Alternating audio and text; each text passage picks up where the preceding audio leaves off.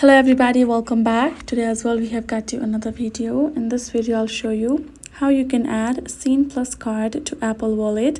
But before that, please do make sure to like our video, subscribe our channel, and yes, without any further delay, let's start.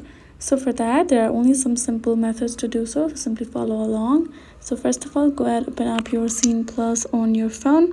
Once you have done that, make sure you're logged in as well. Then in the home section, this is how it's going to appear, and from the bottom you're going to find plenty of options, including the card. Go ahead, tap on the card option.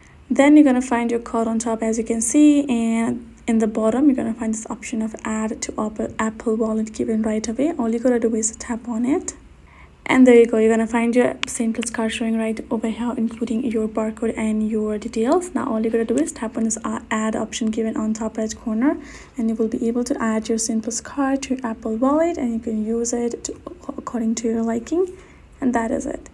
So that's how you can do it. Hope this video was helpful to you all. Thank you so much for watching, and I'll see you guys in our next video.